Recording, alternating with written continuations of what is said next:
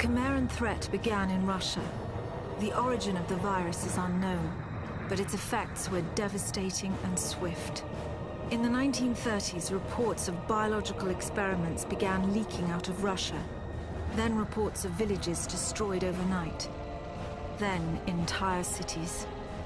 We feared the Russians had developed a weapon of unparalleled power. The truth was far worse. The Chimeras stayed sealed within Russia for over a decade. Then, in 1949, they launched an attack that overwhelmed all of Europe in a matter of weeks. For several months we thought England was safe, but in October it moved under the Channel. We had prepared for them, but in 3 months' time, the war was lost. We abandoned the cities to the Chimera and retreated to scattered military bases and outposts. The Chimera had won. On July the 11th, 1951, the Americans launched an assault on the eastern coast of England. On the second wave of that assault was a sergeant named Nathan Hale. The actions of that soldier have become a matter of both scrutiny and myth. What follows are the known events of his life from July 11th to July the 14th, the day he was last seen.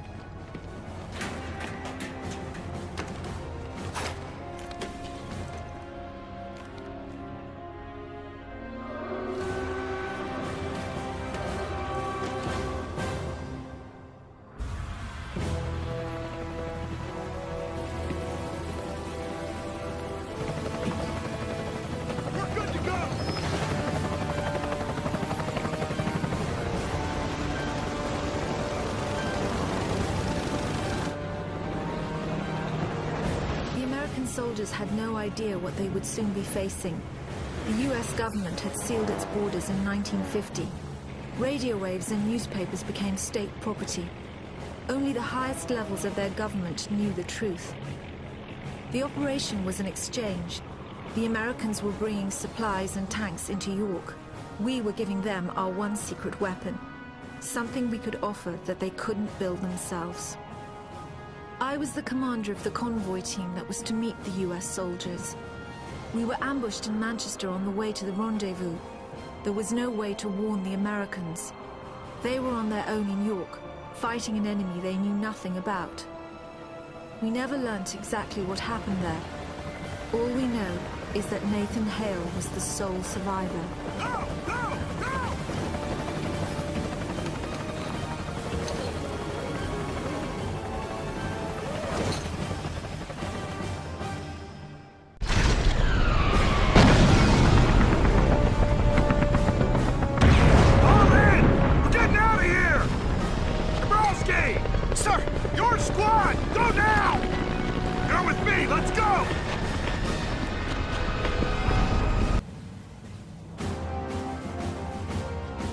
Captain, you seeing this? What the hell is that?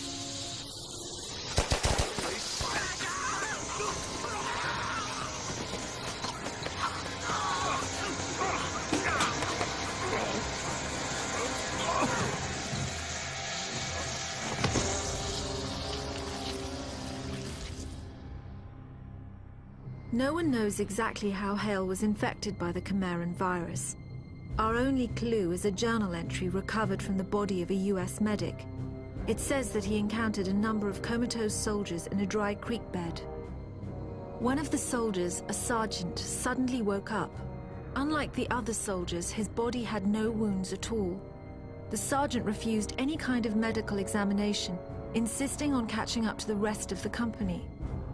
If that sergeant was in fact Nathan Hale, then he remains the only known person to wake up after being infected.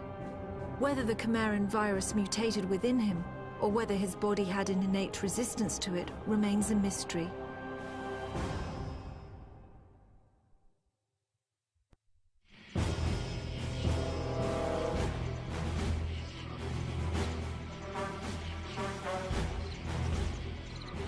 Hey, Sarge, you all right? They told me Arrow 2 was wiped out. Come on. The Americans regrouped at an abandoned bus depot in southeast York. Under the command of a Captain Winters, they staged a daring tactical offensive. The Chimera had begun to close in on their position. If the Americans could secure the site, they would have a perfect landing zone, and the battle would tip in their favor. They're really dug in there, sir. They must know this is a prime landing zone. If we can hold it, we'll get some reinforcements of our own in here. Yes, sir. Well fought. We might just hold this little piece of heaven. Tabazzini, bring those tanks in here and scrape out a landing zone. Sir! Incoming!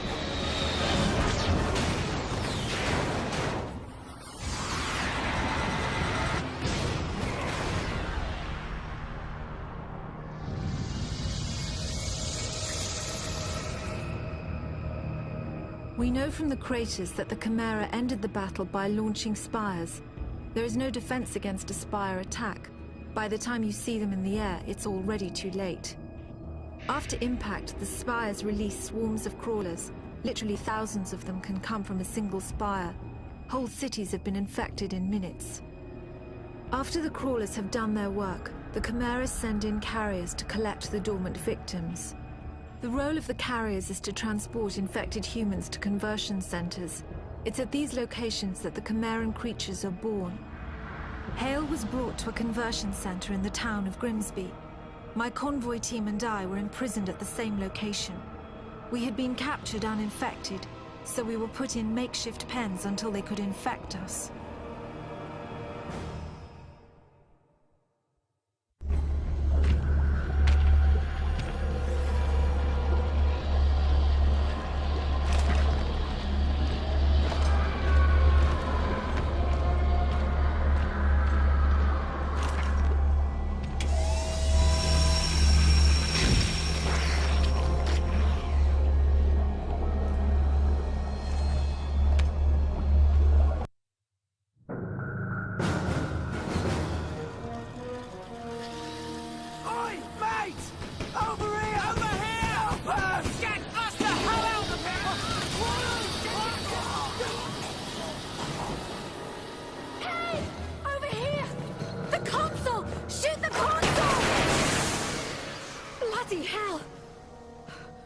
For that.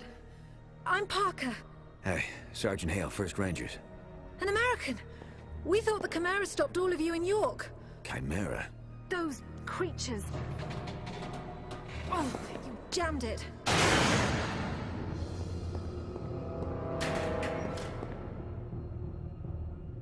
I'm sorry, Hale. Looks like you'll have to find your own way out. I'll be in touch. Frequency 77.6. It was strange enough that a lone American soldier was walking around a Chimeran conversion center. But it was his eyes that were most disturbing. They showed unmistakable Chimeran traits. It was subtle, but it was there. Whoever Nathan Hale was, he wasn't entirely human.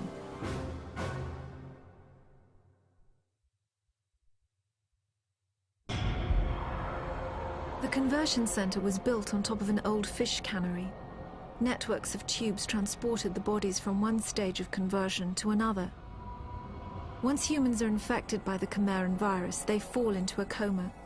The virus begins changing their bodies from the inside out, eventually turning them into one of the Chimeran creatures. The conversion centers simply speed up the process.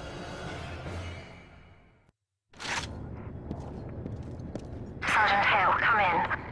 I'm seeing more hybrid patrols now. They must know we've escaped. Be careful.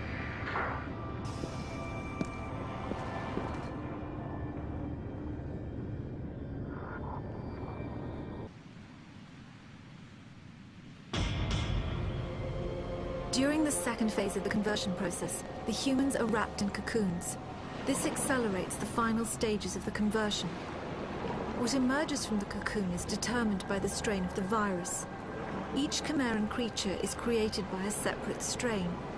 What we call hybrids, the ones that most closely resemble humans, have the shortest gestation period. The more beastly creatures take months to create and are made from multiple human bodies.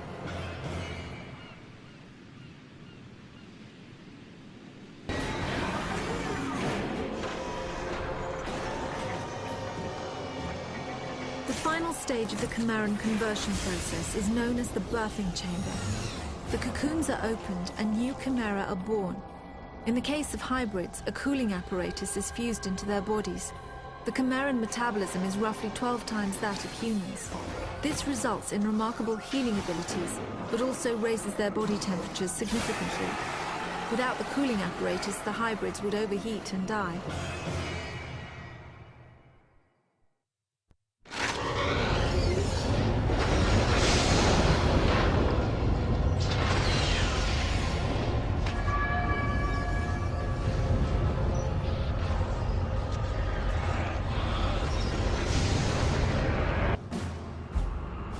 I was able to make it to the surface and summon a rescue. Flying into the Chimeran territory was always dangerous, but we had to risk it. Hale made it out shortly after. I looked for any further signs of conversion. Fever, nervous movement, paranoia. There was nothing. Just the gold-colored eyes. We flew directly to Manchester. Soldiers had been trying to recover the convoy ever since my squad was ambushed. They knew what was in it. They knew it was our last hope for defeating the Chimera. I wanted to take Hale back to Northern Command for debriefing. Maybe he could sense I was suspicious of him. He joined the Manchester squad before I could say a word. The American reinforcement is here! The convoy was stranded on the west side of Manchester. The site was guarded by stalkers, so the only route in was on foot. A radio message from Hale's squad said they were entering Manchester Cathedral. The cathedral was a field hospital during the war. It was abandoned in a hurry and still had some supplies and ammunition. Unfortunately, it was also a breeding ground for some of the lower forms of Chimera.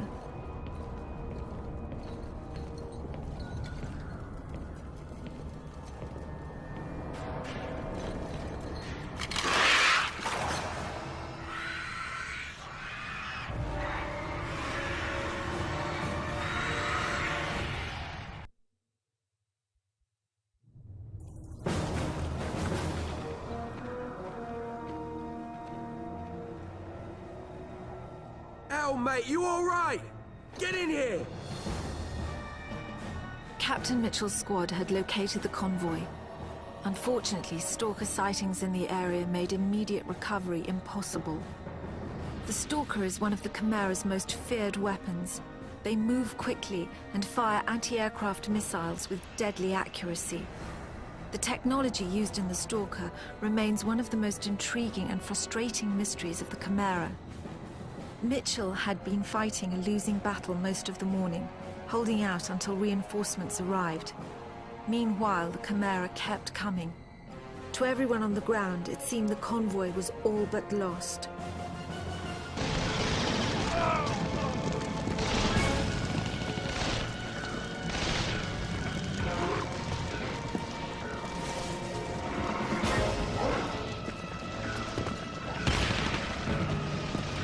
Looks like we found...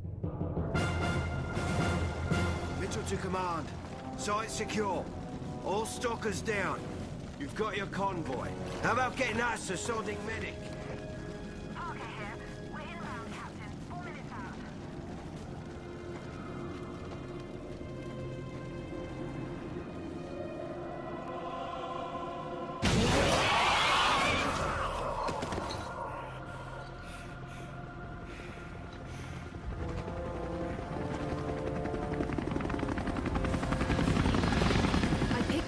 After the mission, I had seen him approach the containment cell on the convoy. The cell had 14-inch lead walls, but even so, given Hale's condition, I didn't want him anywhere near it. With the stalkers gone, we were able to airlift the cell back to Northern Command. The exchange with the Americans would have to wait.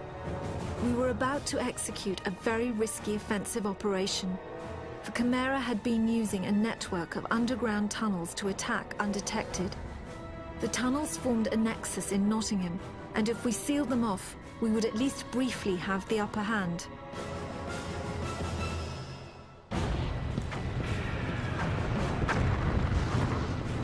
Move out for king and country!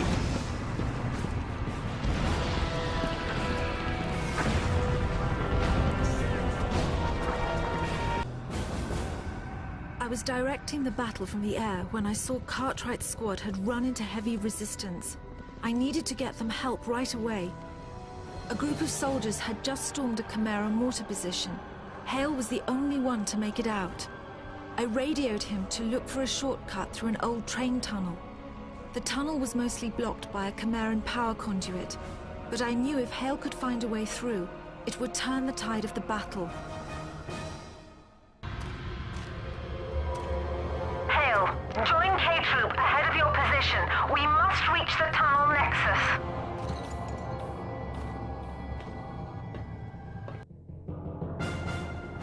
Lieutenant Cartwright, sir. If you've come looking for a fight, you found the place. It seems the Chimera are up to something more than just digging tunnels. Say, look here. Who brought the yank? By that time, word had already spread about what Hale did in Manchester.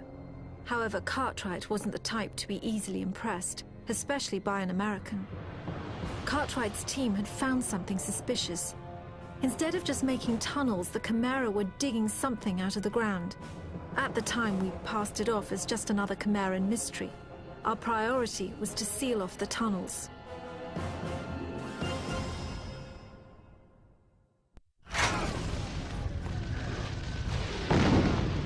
Lieutenant Cartwright, Operation Shear has tied up the bulk of the Chimeran defense in Nottingham.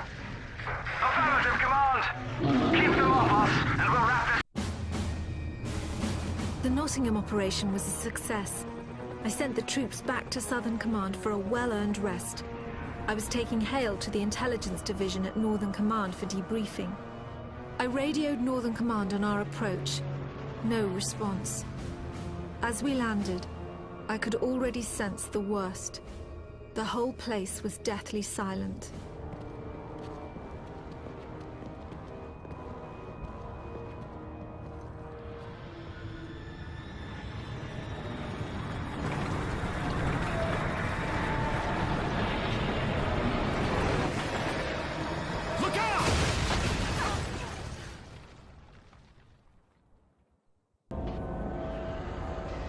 I'd been trying to radio Hale since the cave-in. I knew how the Chimera had found Northern Command, and more importantly, I knew why. They were after what the convoy had been carrying in Manchester. It had been carefully sealed in a specimen tank in our research lab. We thought it would be unable to call the Chimera from within the tank. We were badly mistaken. There was no way to warn Hale of the danger he was in. If he opened that tank, the result could be disastrous. What was inside would either kill him or control him.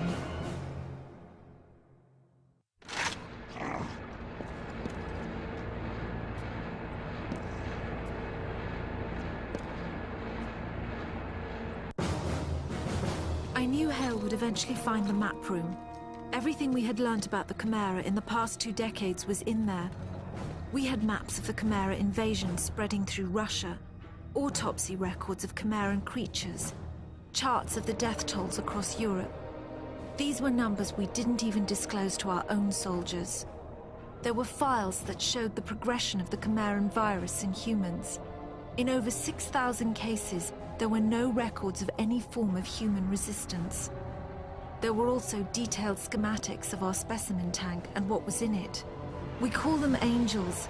They're the most powerful of all the Chimera. We believe the Angels control other forms of Chimera via some form of telepathy.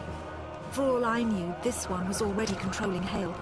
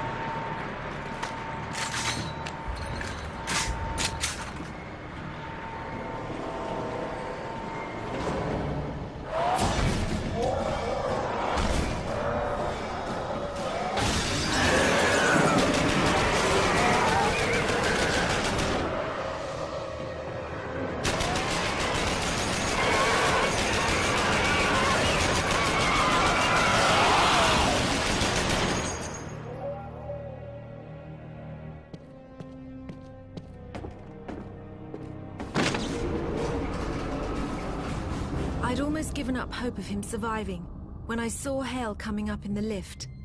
I could tell from his face that he had found the Angel. There was no point in asking. If he was alive, then the Angel was dead. Hale was starting to show more effects of the conversion process. His movements had the unnatural quickness of the hybrids. Judging from the bullet holes in his uniform, he had acquired their healing capabilities as well.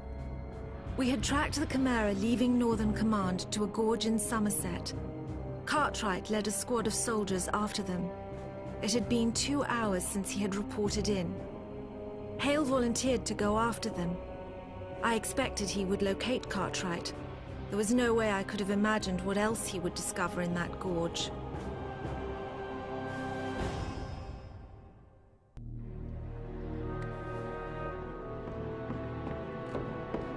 Come on, we gotta move. Give it a moment. Cartwright was the best soldier in my command. Nothing got past him. He must have known Hale was infected when they first met in Nottingham.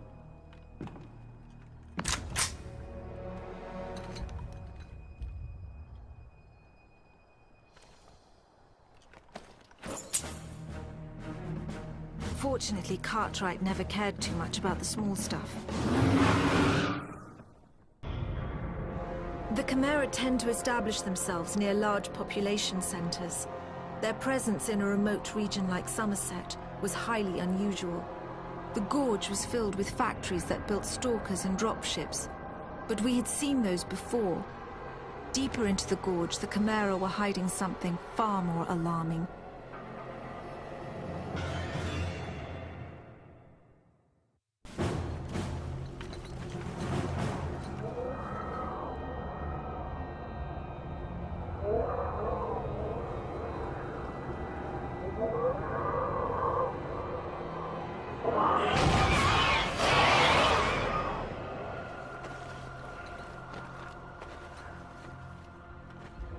Are you all right? Yeah, fine. Hale and Cartwright had discovered the key to the entire Chimeran strategy. The tower they found had not been constructed, it had been excavated. That single fact changed everything we knew about the Chimera. Leaving Somerset, they must have noticed the power conduits radiating from the tower behind them. We believe this discovery is what inspired Hale's fateful actions later that day. The drive to Southern Command would have taken at least an hour. Time enough for the Chimera to launch a strike force.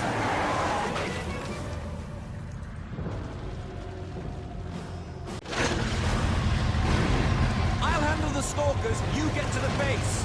We have to make sure everyone gets out. The soldiers fought off the worst of the attack on the northern entrance, but we then faced a graver threat. The Chimera had infiltrated the hangar on the south side. If we didn't get the planes out safely, then all would truly be lost. Get to the hangar! Make sure all the transports get out!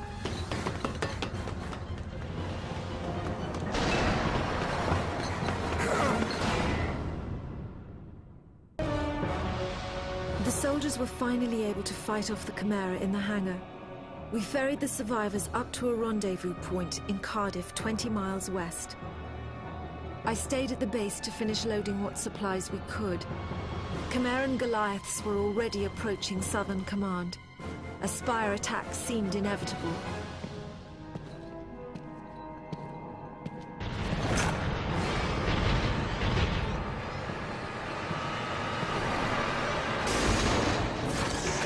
Get in here.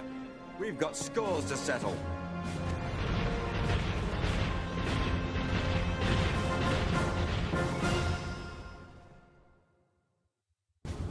Southern Command was lost.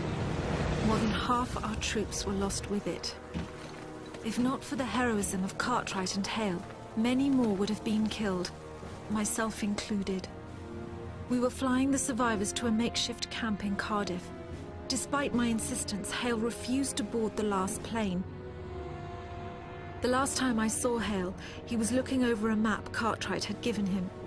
I learnt later that it detailed the known paths of the power conduits. The conduits only run above ground for a short distance before burrowing deep into the Chimeran tunnels. Entering those tunnels is nothing short of suicide. Nevertheless, I believe that is exactly what Hale did.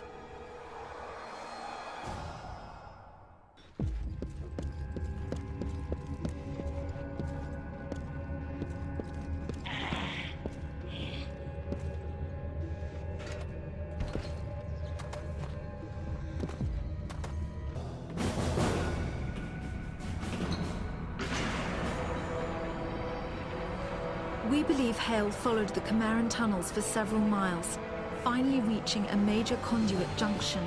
This would have led him directly into a Chimeran tower. The tower was most likely what we now know as C3. Each tower is named for its relative position in the conduit network. C3 is only 12 miles from the center. It would have been exceedingly well defended.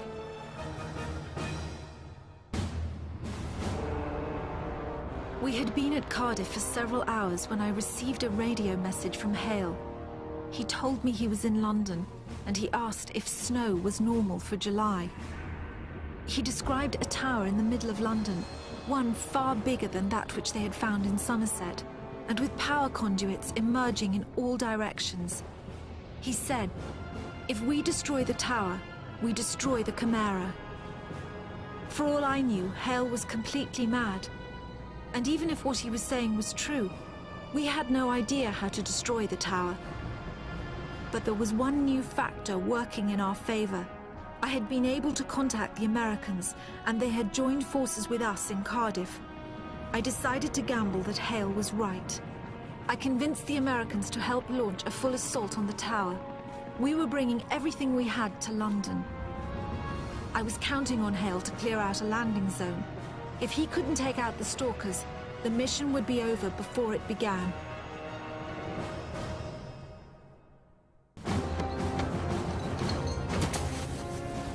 I'm outside. Where are you? Right, we see you now. Be advised, Sergeant. We're coming in heavy and a little low. Bloody hell! I can't land with that stalker there.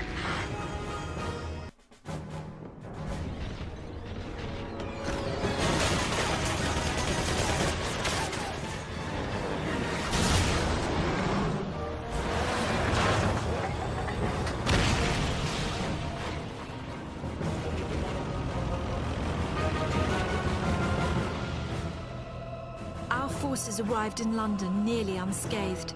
It was hard not to stare in awe at the tower. We had only fled London 6 months earlier, and now it was almost unrecognizable. The whole city was covered in snow. I knew the Chimera thrived in cold weather, but it was hard to fathom how they might actually be altering the climate itself. The power conduits, the snow, and the tower had to be related in some way. There was no time to think about it. Their armies were already guarding the tower, and more would be coming. We set the tanks up in assault formation and started across Tower Bridge. The last tanks were crossing the bridge when we saw Goliaths approaching from behind. We had to destroy the bridge before they caught up to our tanks. Hale and a few other soldiers took up defensive positions while the charges were being set.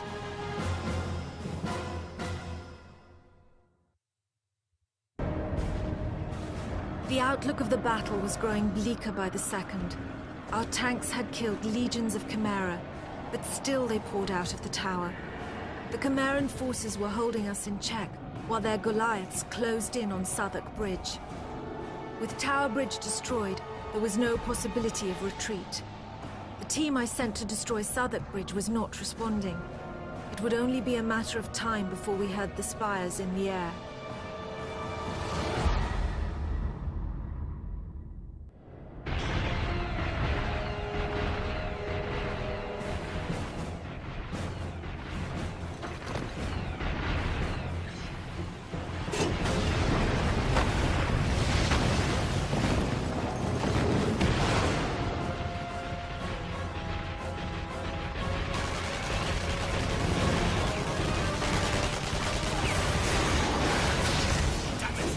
could have used that.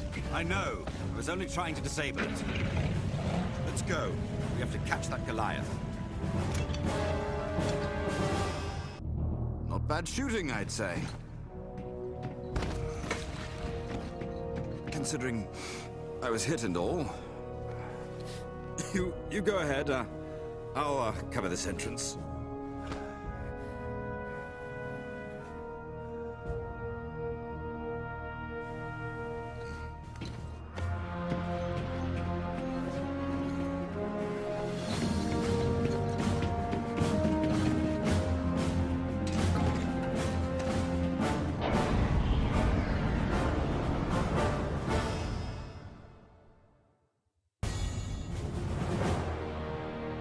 We were losing the battle outside the tower.